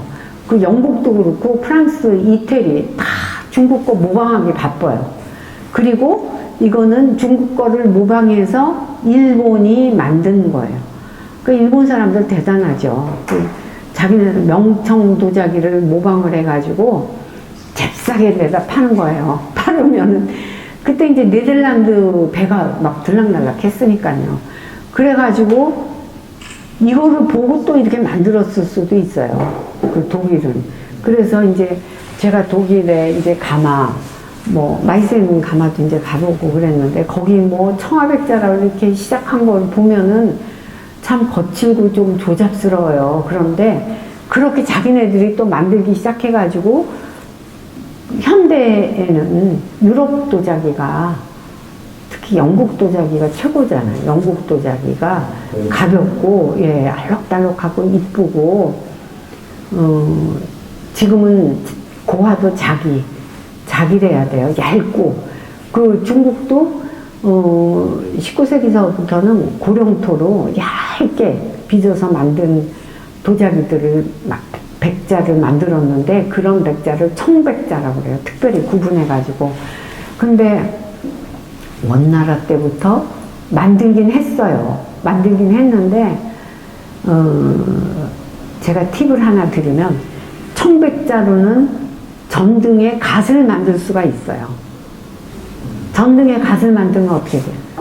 불빛이 다 퍼져 나온다는 얘기예요. 은은하게. 거기 무늬를 예쁘게 그리면 그 무늬가 이게 정말 환상적으로 나오죠.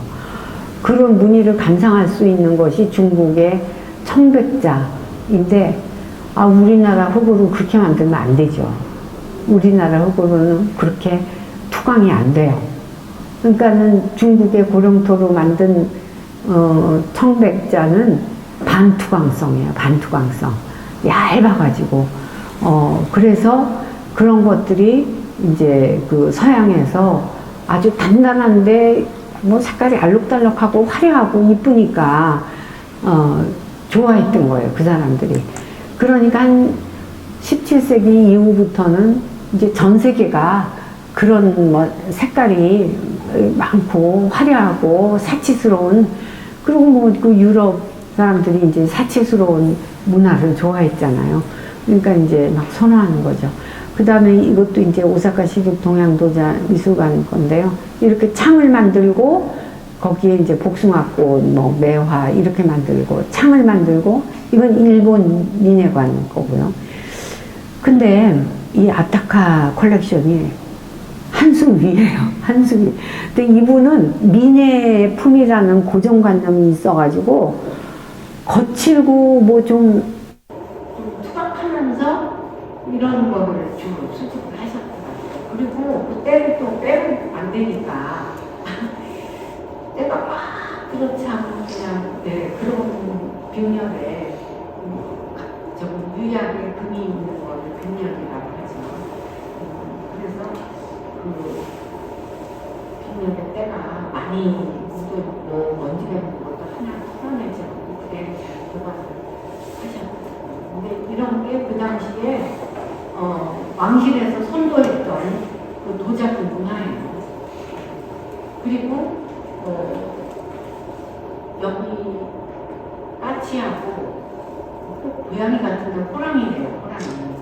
그리고 반대편에는 호랑이가 있고 고양이 같죠? 포장물. 근데 잘못 호랑이 같기도 하고요. 산이 있고 달도 있고. 우리나라 도자기가 이렇게 문치가 있어요. 그러니까 민화가 유행을 하면서 특히 18세기 중년 이후부터는 민화의 그 주제가 도자기에 많이 나와요. 청아백자도 나오고 중국 도자기에서 상상을 할 수가 없는 거죠. 이때는 뭐 그냥 아주 알록달록한 도자기 만들기에 바꿨으니까요. 그리고 이렇게 이건 또 호랑이 같잖아요. 호랑이 다 조선 도자기예요. 조선 도자기인데 하나는 일본 사람 이런 거 좋아하잖아요. 우리나라는 이런 거 좋아하고. 그리고 이제 이거는 철학 백자인데요. 호랑이. 뭐죠? 여자들 눈썹 보이는 거. 마스카라 한 호랑이. 호랑이 같아요. 그리고 그 뒷면에는 세 면에 돌아가면서 무늬를 그렸는데 한쪽에는 대나무가 이렇게 풀려 있는 거, 한쪽에는 연꽃과 백로가 있고, 여기는 호랑이가 있는 그런 항아리입니다. 그리고 17세기 중후반에 이런 유행한 거는 철화백자가 철화이고 아직 귀했기 때문에 철화백자가 유행을 해요. 철화백자가 유행을 하면서 이제 임진왜란 지나고 나오는 철화백자가 조금씩 연하게 입혀지기도 하지만 철화백자를 더 많이 쓰죠. 그리고 이 도자기 같은 경우는 한쪽에는 호랑이가 딱 이렇게 그려지더라고요. 눈썹이 이렇게 탁 올라가요. 눈썹이 물기가 뻗치고, 그리고 또 맞은편에는 사슴이 있고, 그리고 상서로 구름이 있고, 이런 철화백자가 제작이 됐습니다. 그리고 이거는 동화백자예요. 이제 구리를 갈색대로 쓴 거죠. 보면은 이렇게 이제 탁하고 송악 있고, 또 어떤 것들은 연합무가 있는데요. 동화백자 같은 경우에는 무늬가 더 중심 문양만 딱 클로즈업을 하고 나머지 여백은 거의 안 그려요. 그건 동화백자의 특징입니다. 예전에는 나 이거 진사백자라고 했는데요. 왜냐하면 우리나라 그 책에 왕조시도 승부정원이 있고 대선제스도 이런데 다 진사라고 되어 있어요. 진사라고 되어 있고 또는 석관주, 진사 그렇게 되어 있으니까 진사하고 석관주는 이제 철화하고 그렇게 이제 됐어요. 그리고 이거는 이제 18세기 중후반에 왕실에서 사용하는 오조령입니다. 이건 왕의 아주 굉장한 권위를 상징하는 것이죠. 이런 청아백자인데 거의 비슷한 시기에 이걸 보세요. 제가 이거를 프랑크푸르트 국페어 할 때 이제 특별전을 제가 기획을 해서 프레이팅을 했거든요. 그 전시 다 해주고 그랬는데 이것도 갖고 왔어요, 제가. 이걸 보고 서양 사람들이 떠나지를 못해. 너무 눈치가 있어가지고. 너무 정말 이거는 우리나라의 메뚜기예요, 여치예요, 뭔지 모르겠지. 풀 끝에 이렇게 앉아있고 밤이니까 이렇게 놔두고 그리고 18세기 후반, 19세기에 보면 백자 양이명이라고 이제는 화려하게 무슨 장식이 달리는 그런 편정이 유행을 했고요. 그 다음에 여기도 청아백자도 소상팔경도 이렇게 대단하게 그려놓죠. 장식이 있고요. 그런데 이제 15, 16세기에는 이런 장식이 없어요. 장식이 없는데 18세기서부터 19세기로 가면 장식이 많이 이제 붙고, 이거는 이제 18세기 후반에 중후반으로 소상팔경도가 그려진 아주 명품입니다. 그런데 그 당시에 그림을 보면 이런 소상팔경도는 18, 19세기에 계속 유행을 했어요. 도자기에도 계속 이건 19세기 도자기인데요. 접시에 소상팔경도가 그려져서, 그리고 물고기하고 산, 구름 이런 게 굉장히 재밌죠. 재밌게 이렇게 도안화돼가지고 아주 틀에 박힌 듯이 이런 무늬가 이제 많이 그려져요. 소상팔경도. 그 다음에 이제 군원리 초등학교에 가보면 좀 비슷한 한쪽에 있어요. 이 일대가 사설로 지정돼가지고 이쪽에 사는 분들은 사유지가 지정이 되니까 뭐 아무것도 못하니까 너무 속상해하세요. 그 마음은 이해를 하겠는데, 그러니까 나머지 분들은 사적으로 지정돼 있잖아요. 빨리빨리 건축하지 않고. 그런 사람들이 여기 보시면 사원은 뭐라고 돼 있어요? 도제조.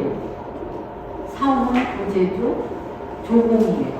인형이라는 성정도. 이분이 여기 절대 가본 적이 없죠. 사원은 도제조는 딱 쓰여 있어요. 그 법정에 앉아서 결제만 한다라고 서류 결제만 한다고 수결만 한다고 적혀 있어요. 업무가 딱 사원 도제조 선정비가 있고, 그 다음에 보면 번조관. 그러니까 불을 떼는 번조만을 떼서 굽는 사람들의 우두머리죠. 그러니까 이 사람 밑에 이제 뭐 여러 명이 있는 있어요. 그리고 이 사람도 또 건조한 또 다른 분이에요. 이분은 조시고 이분은 심씨예요. 건조관도 안 가르쳐요. 그냥 이쪽에 한양에서 그냥 건조 잘해라 이제 명령만 내리죠. 이제 이런 사랑체에 보면은 사랑방에 이제 이렇게 그 인테리어를 장식을 여기 벽장이 있잖아요. 벽장 올라가는 부분 여기 이제 뭐 보관을 하고 문이 있고 여기 이렇게 이제 발을 치고요. 발 치고 그 매듭 왕조 실록에서 매듭을 찾아보시면요. 매듭으로 이렇게 장식을 하지 않은 것은 격식에 어긋난 거예요. 근데 다 마지막은 매듭으로 장식을 해요. 그리고 검도 날 검만 이렇게 짐만 이렇게 보면은 정식 검이 아니에요. 거기에 칼자루에 매듭이 딱 있어요. 그리고 휘장도 뭐 전쟁터에 나갈 때도 전쟁터에 나가면 장군이 무슨 장군이 딱 깃발만 갖고 가는 게 아니에요. 매듭이 딱 달려야 돼요.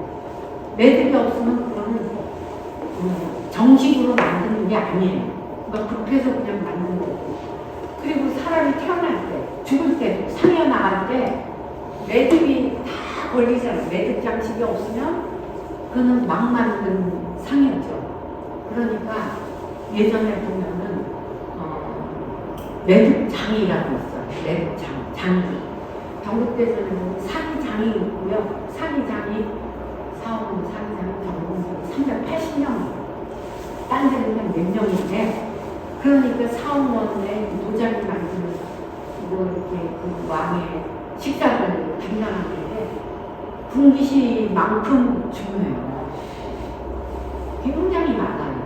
그 직급도 많고 그리고 매듭장도 많아요. 사원만큼은 사실은. 그러니까 매듭이 옛날에 만든 매듭은요 탄탄해요.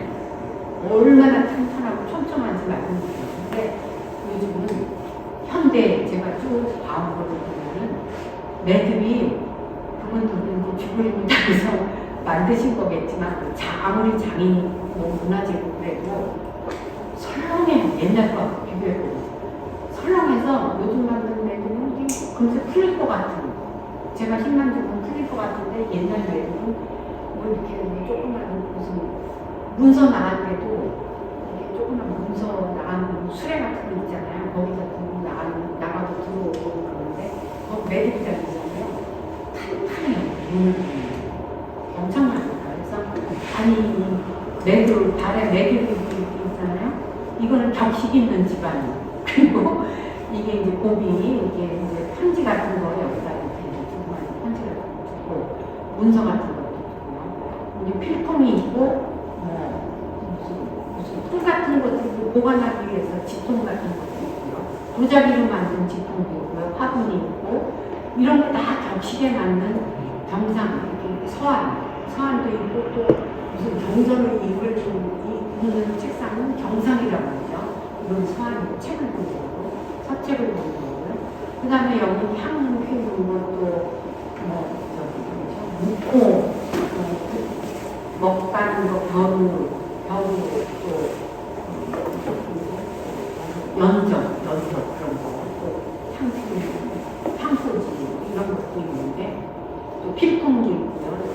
담배 근데 막 담배 피우는 사람은 담배 이렇게 얹혀놓는 무슨 도자기 그런 것도 있고요. 아주 뭐 다양합니다. 하여튼 이것이 세팅이 잘 돼 있는 것이고요. 이건 연적 같은 게 이렇게 올라가고 이거는 벼루죠. 벼루 필세가 있고 여기 이제 필통이 이렇게 있고요. 도자기 가는 전 소개하는 겁니다. 필통에 이제 무늬가 그려진 것도 있고 이게 투각이 되어 있는 건데 투각되어 있는 거는 기술 진짜 좋아요. 뭘 다 뚫어야 되니까 뚫다가 뭐 망치는 경우도 많죠. 툭하고 깨져가지고 그리고 이제 벽에다가 이런 화조와 하나 딱 걸어놔야 되고요. 그 옛날 그 단원 김홍도가 18세기 후반에 중반에 태어나서 19세기 초까지 사는 분이니까 이분이 활동하는 시기는 18세기 후반부터 19세기 초까지잖아요. 이분이 그리는 그림은 이제 뭐 무신인지 문신인지 모르겠지만 양 버섯도 벗고 이렇게 이제 가는 편한 입장으로 악기를 타면서 여기 뭐 검도 있어요. 검도 있고 뭐 술도 드시나 봐요. 이런 도자기에다가 뭐 화초도 있고 이게 다 이제 서부미를 상징하는 물건들이죠. 그렇죠? 그런데 이 생황이 박물관에 있어요. 진짜 생황이 있습니다. 그래서 18세기 후반까지 올라가면 여기 철배고 철체 이렇게 막 칠한 거는 채라고 해요. 철체, 여기는 동체, 진사체라고 하는 거죠. 제가 이거 불어보지는 않았어요.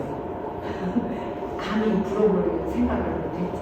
소리가 나는지는 모르겠어요. 아무튼 그 도자기를 만들었다는 거는 이거를 굉장히 수요층이 있었다는 얘기가 원하는 사람이 있었으니까 만들었겠죠. 그리고 이제 연적인데요. 이건 15, 16세기의 연적이에요. 그 다음에 18, 19세기 이렇게 연적이 편안해지고 진사, 붉은색을 많이 써요. 붉은색을 많이 쓰고 청화로 만든 이것도 연적인데 집 형태 가형 연적이에요. 근데 이 연적이 굉장히 잘 만든 가형 연적이에요. 그러니까 박물관에서 진품을 많이 봐야지 보는 눈이 생겨요. 그리고 가마터에서 파편들도 많이 보고 층에 따라서 출토되는 그 유물의 양식을 봐야지만 변천사를 알 수가 있는데요. 이거를 이렇게 보시고 그 다음에 제가 일부러 이거를 갖고 왔습니다. 이거를 비교해 보시면 어때요? 이거 보고 명품이다 그러면 안 되겠죠? 이거는 명품인데 이거는 명품이 아닙니다. 네. 그래서 보는 안목에 따라서 다를 수가 있다. 이런 거를 제가 이제 알려드리려고 비교해서 보여드렸습니다. 그 다음 이거는 필세, 여기 물을 좀 넣어가지고 붓을 이렇게 닦는 거죠. 그리고 여기는 벼루고 이거는 묵건데 묵고동을 여기다 이제 붓을 닦는 거죠. 간단한 거죠. 근데 여기는 이제 먹을 갈아가지고 여기다 이제 부어가지고 거기서 쓰는 묵고예요. 그 다음에 이거는 이제 필세, 이거야말로. 이것도 필세, 이것도 필세. 근데 이 필세는 여기 산이 있고, 나무가 있고, 여기 집이 있고, 무각 같은 게 있고, 사람이가 있어. 스님이에요. 스님이 이제 뭐 상투도 없고, 머리도 깎으셨나. 머리가 표현이 안 돼 있어요. 저는 이제 가까이 이렇게 다 본 거죠. 근데 필세가 커요. 큰데, 필세 안을 보시면 이렇게 몸이 있어요. 그러니까 왕이 쓰시던 필세죠. 왕이 쓰시던. 그러니까 청화가 이렇게 많이 있고 붉은색은 조금 아래쪽에 이렇게 조금 절제된 모습으로 있는데 이때는 진사하고 그러니까 동체하고 진사체가 이렇게 있는 거는 재료를 아낌없이 알료를 아낌없이 이렇게 썼다는 얘기예요. 굉장히 화려하죠. 금강에서 그 다음에 19세기 반상들이 또 주자, 타구가 이렇게 작아져요. 예전에 고려청자 타구는 이렇게 컸죠. 그러니까 점점 시대가 이렇게 현대로 가까이 오면서 간소해지는 거예요. 그런 떡살이죠. 혹시 어렸을 때 보시던 분들도 계실 거예요. 집에서 그때는 떡 만들어서 먹는 경우도 있었죠. 이건 장군이요. 장군은 용도가 다양합니다. 그래서 뭐 술장군, 무준장군, 똥장군 그래가지고 장군의 용도가 많아요. 근데 이거는 막 쓰는 장군은 아니었을 거예요. 아마 이거는 이쪽도 바닥이었겠지만 그냥 이렇게 못 쓰지 않았을까, 가로. 근데 여기가 또 바닥이 없더라고요. 보통 장군은 이렇게 세워놓는 바닥이 있고 이렇게 놓는 바닥, 보통 두 개예요. 두 개인데 이거는 옆에 바닥도. 그 다음에 이걸 좀 무지막지하게 만들었어요. 19세기인데 강판이잖아요, 강판. 이거 무작위로 해서 이렇게 만들어 붙이고 위안 붙여서 이제 여기는 위안이 없어요. 그래서 사용하는 거지만 이거는 돌가루로 굵은 돌가루로 막 뿌려가지고 여기다가 음식을 또 이렇게 채를 치든지 갈아가지고 먹었던 것 같아요. 그 다음에 제기의 병찰사를 보시면 17, 18, 19 생길 건데요. 이게 다리만 높으면 제기예요. 근데 이런 거는 그냥 지금 제자만 써놨어요. 제자만 써놓으면 제기가 되는 겁니다. 굽이 낮더라도. 그 다음에 여기는 조금 장식을 많이 했죠. 제자를 써놨어요. 그러니까 이 시대가 되면 제자가 쓰여 있어야 제기구식을 하는 거죠. 물론 제자가 안 쓰여 있는 것도 있습니다. 다 왔어요. 거의 다 왔습니다. 제가 속도를 막 해가지고 많이 일찍 끝날 것 같아요. 이것도 제기고요. 제기에 장식을 가했고 또 도장도 만들고 도장 19세기 때는 백자 도장도 있고요. 청자도 도장 만들었어요. 청자도. 그리고 이제 선동리로 17세기 전반에 보면 이때도 이제 제자가 있는데 이때는 그래도 도자기 자체가 그래도 잘 만들었어요. 잘 만들었는데 철화를 이때는 인진회가 일어나고 진동대 푸니까 좀 그래도 어느 정도 진정되는 후니까 청화백자도 있고 이제 철화도 있고요. 그 다음에 금사리 요지가 뭐 순백자를 만든 백자로 가마로 유명하거든요. 근데 거기서도 이렇게 금사리 이제 뒤쪽으로 가면 18세기 후반 쪽으로 가면 이게 나쁜 노래고 이건 아마 유출됐던 거거든요. 숫자라고 있고 글자가 이렇게 돼가지고 점차 19세기쯤에는 글자 자체가 문양화돼요. 문의도 돼서 도자기에 이렇게 무늬가 글자로 이렇게 막 변형돼서 도안할 글자 많이 있잖아요. 숫자, 곡자 일부분만 딴 거죠. 오른쪽 부분만 따가지고 도안을 해가지고 문헌이 가마되어서 문헌이 가마는 1752년부터 1883년까지라고 제가 알고 있죠. 그리고 이거는 이제 궁궐에서 사용하는 거는 이런 거하고 비교가 안 되게 좀 잘 만드는 태가 나죠. 숫자, 글자 이렇게 나가다가 잘 표기를 했고요. 여기는 뒤에 보면은 덩이 가렛이라고 글자가 이렇게 새겨져 있어요. 유약을 긁어가지고 글자를 새겼어요. 그래서 이거는 1897년 같은 19세기 후반이래도 이렇게 이제 일반 백성들이 쓰는 그릇들하고 궁궐에서 무슨 잔치에 가래니까 결혼할 때 쓰는 거잖아요. 그러니까 이게 다르죠. 훨씬 잘 만들었어요. 그러니까 예를 들면 이렇게 새겨요. 유약이 있는데 그 위에 이렇게 글자를 새긴다. 그러니까 19세기 되면 이렇게 새깁니다. 신민영을 사용하는 거고 대궐의 대자를 표시하는 거라고 저는 보고 있어요. 그 다음에 이제 19세기에 이제 아마 궁궐 도자기 있을 거고 왕신도 있을 것 같은데 청와대 이제 조선 말기에는 양도 7전이 가봤던 것 같은데 조세는 이렇게 좀 조작한 청와대가 나오고 있어요. 그래서 이런 조작한 도자기는 그 지역 사람들을 위해서 박쥐는 이건 좀 잘 만든 도자기고요. 이거하고 다르죠. 그렇죠? 그래서 박쥐도 이건 대충 이렇게 특징만 잡수 있고 이건 좀 세밀하게 보였어요. 이건 궁궐에서 사용하던 거. 궁궐 주방에서 사용하던 거죠. 된장도 그리고 그런 거 집어넣는 거. 요거는 필세라고 해서 필통은 좀 좁아요. 좁고 지통은 좀 넓어요. 지통은 좀 도자기로 만든 거 좀 넓고 필통은 좀 좁아서 붓을 꽂아놓는 거고요. 같은 이건 용의 그 투각하는 용인데 요거는 청화로 눈동자하고 눈을 그렸어요. 청화로. 요거는 청화 장식 없는 겁니다. 청화장식 있는 거하고 없는 거를 비교해서 보여드리면 다 왕이 사용하는 기통이죠.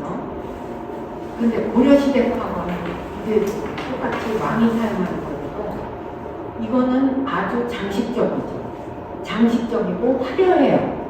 조선 거는 어때요? 조선의 도자기는 간단하지. 네, 기능성이에요. 기능적이에요. 그거를 비교해 보실 수가 있죠. 같은 향을 뿜는 거라도 요건 입을 딱 벌리고 있어서 향을 몇 개를 딱 뿜는 거예요. 이거는 향을 넣어서 뚜껑을 덮고 이 화려한 그 도자기 어제 제가 다 설명을 드렸죠.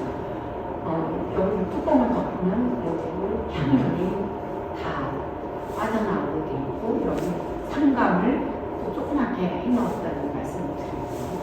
그러니까 이런 장식적인 도자기를 사용하는 고려시대하고 이렇게 농이 장식돼서 조선시대 왕이 사용했던 백자 향꽂이 이름도 다르잖아요. 이건 향목은 향꽂이하고 얼마나 많은 차이가 있어요. 형태와 기능 이런 것이 어디에 비중을 두느냐에 따라 다르죠. 고려시대는 힘들어도 관리가 힘들어도 만들기가 힘들어도 이렇게 용과 물고기 또 연고, 연용을 가지 또 성룡은 형태의 이런 주자를 만들었는데 이건 이제 조그매요 이거는. 근데 중국의 주자는 아주 기능적이고 조선시대 다관이에요. 다관이고 주자, 청아백자 주자, 조선말. 그러니까 지금 우리가 보는 형태랑 뭐 거의 비슷하게 내려오는 그런 걸 볼 수 있고 중국보다는 중국은 우리나라가 처음에 영향을 받았다 해도 그런 말이 무색할 정도로 아주 우리나라가 이질적인 색감과 문양의 품질과 모든 형태, 느낌 이런 게 다 다릅니다. 이제 거의 총정리하는 시간인데 15세기, 16세기 백자, 금성자기, 귀할군, 한병이죠. 이거는 중국 조선 건국하면서 명나라 때 목재, 또 다채자기도 만들지만 이런 목재도 만들고요. 이거는 유약 위에다가 그림을 그립니다. 중국 도자기가 우리나라와 다른 점이 재벌 구이를 했는데 그 유약 위에 에나멜 같은 알료로 이렇게 알록달록하게 그림을 그려요. 그러니까 손가락으로 손톱으로 막 긋는다든지 이런 떨어져 나가는 그러니까 이렇게 알록달록한 거를 좀 좋아하는 사람들이 유럽에서 이거를 모방하고 막 수입했는데 나중에 일본이나 유럽에서 만든 거는 그 안에 페인팅을 해요. 알록달록하게 페인팅을 하고 유약을 입혀서 재벌을 보는 거예요. 그러니까 다르죠, 완전히. 그러니까 정작 일본 도자기를 좋아하고 유럽 도자기가 현대에서는 전 세계적으로 유명하고 가볍고 예쁘고 그렇죠? 또 심지어 불에 올려놓을 수도 있는 그런 오븐에다 직접 올려놓고 할 수 있는 것도 있고 그러니까 과학하고 지금 도자기도 과학하고 막 직결되는 거예요. 경제적인 거죠.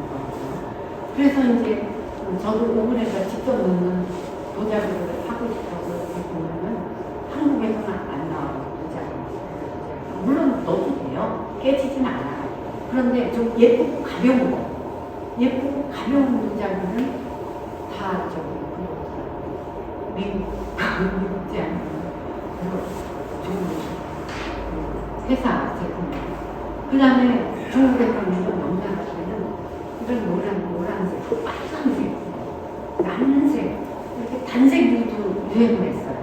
그럼 제가 한 몇십 년 전에 중국 가가지고 이런 황무 단색 도자기를 하나 사고 싶어가지고 그렇게 가만 병도집 다 가도 이건 안 팔아요. 색깔 내기가 어려워. 그리고 빨간 홍유 빨간색도 색깔 내기가 힘들어요.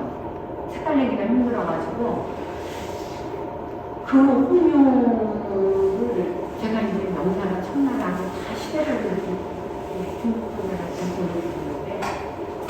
보시면 알아요. 제가 슬라이드에 딱 그런 부분이. 이건 뭐 비교 불가예요. 비교 불가.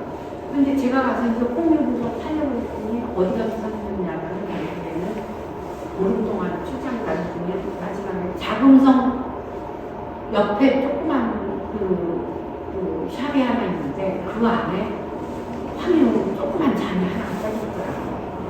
그래가지고 그냥 그걸 사야 되겠는데 막 바꾸니까 너무 비싸게 돼 있어서 몇백 위안으로 돼 있더라고요. 그래서 너무 비싸서 수십 년 전인데 몇백 위안이면 비싼 거잖아요. 그래서 막 깎았는데 저만큼 안 된다고 했더니 잠깐 기다려보래요. 그래서 들어가더니 누가 이렇게 나왔더니 막 지저분해서 막 손톱에 때가 새까맣고 이분이 이거 만든 분이래. 그 사람을 보니까 더 깎을 수가 없는 거예요. 이건 색깔 내기가 어렵다고 하는 거예요. 그래서 제가 이제 이걸 사려고 했던 거죠. 홍이와는 뭐 황유를 사려고 했는데 그래서 그냥 돈을 그때 한 200위안을 좀 주고 샀어요. 제가 저는 왜 사갖고 오지 않는데 그 당시에 이런 위안이 굉장히 비쌌어요. 환율이 우리가 좀 높았을 때예요. 심지어. 그래가지고 거기 미국에 중국에서는 유럽의 명품이 몇십만 위엔이 있어요. 그러니까 우리나라 돈으로 하면은 더 싼 거예요. 그래서 우리나라 사람들이 명품을 사려면은 왜 거기 그렇게 싸게 돼 있는지 모르겠더라고요. 거기 가서 여자들이 사고 그랬었어요. 그럴 정도로 이걸 200년 산 거를 제가 그냥 진열장에다가 그 집에 잘 모셔뒀는데 제가 나이 들어가면서 생각해보니까 이거 써야겠더라고요. 모셔가니까. 그래서 그때 그 사람들이가 자기는 걸 모아두는 거였다고. 왜냐하면 나중에 돈을 보면 몸에 나쁘죠. 나무를 넣었을 수가 있으니까 색깔 나 좋게 하고. 그러니까 저는 도자기 나니까 몇 돌을 모아두면 잘 모아두는 거예요. 색깔 내기 힘들다고 그러더라고요. 그래서 이제 그 초래한 그 장인을 보고 제가 얘기를 했고요. 그 다음에 이제 빨간색으로 채색을 하기는 좋은데 페인팅은 좋은데 유약 자체에 빨간색이 들어가 있는 유약. 이건 알료로 그림을 그리고 백자 유약 맑고 투명한 유약이 입힌 거고요. 이거는 백자 유약 위에다가 알록달록한 대장 같은 알료로 그린 거고, 또 제가 또 잘 그렸다고 하는 그 황유 이런 거는 유약 자체에 색깔이 들어가는 거예요. 그 중국 도자기는 굉장히 다양해요. 이때가 되면은 너무 다양해가지고 하나하나 기법을 얘기하지 않으면 몰라요. 그 다음에 이거는 16세기 말 17세기 초에 그 일본 도자기가 무슨 냄새가 나죠 벌써. 우리나라 초안을 보고 이렇게 그리기 시작하는 겁니다. 이 사람들이 백토를 한번 칠했어요. 칠하고 거기에 또 알료로 철칠을 했더라고요. 그러니까 이 속에 보면 알잖아요. 속에 내면이 조금 보이네. 이 바닥이랑 보면은 텍토가 불에 그을려가지고 그대로 위아래는 이런 게 없이 그대로 들어가 있고, 그 다음에 여기 백토분이 있고 소래를 하고 그 굽는 온도도 그렇게 높은 온도가 아니에요. 그 다음에 이건 제가 아까 보여드렸던 거죠. 다채자루. 중국의 다채자루도 일본 거를 이 사람은 일본 거하고 중국 거하고 제가 아까 일본 거하고 저기 그 독일 거 보여드렸죠? 중국. 그러니까 그때는 비슷해요. 다 서로 모방을 해야 되니까 비슷해요. 근데 일본 사람들은 이제 더 야하지. 더 잘 만들어요. 유약 안에 유약 입히기 전에 그림을 그리고 유약을 싹 입혀가지고, 그러니까 유럽 사람들이 이걸 더 좋아하죠. 당연히 더 좋아하죠. 그러니까는 이 무역 판도가 딱 바뀌는 거예요. 중국 거보다도 이제 일본 거를 더 선호해서 저기 유럽의 어떤 박물관에 저거 자기네가 중국 도자기를 많이 갖고 있는데 좀 감정을 해달라고 어떤 박물관에서 그러더라고요. 그래서 제가 한번 간 적이 있는데 다 일본 도자기예요. 일본 도자기인데 그걸 가지고 중국 도자기로 알고 있는 거예요. 그 사람들이 동양 도자기를 모르니까. 그래가지고 제가 가서 그 사람들이 자기네들은 몰랐다는 거예요. 그래서 일본 글자도 모르더라고요. 이상하고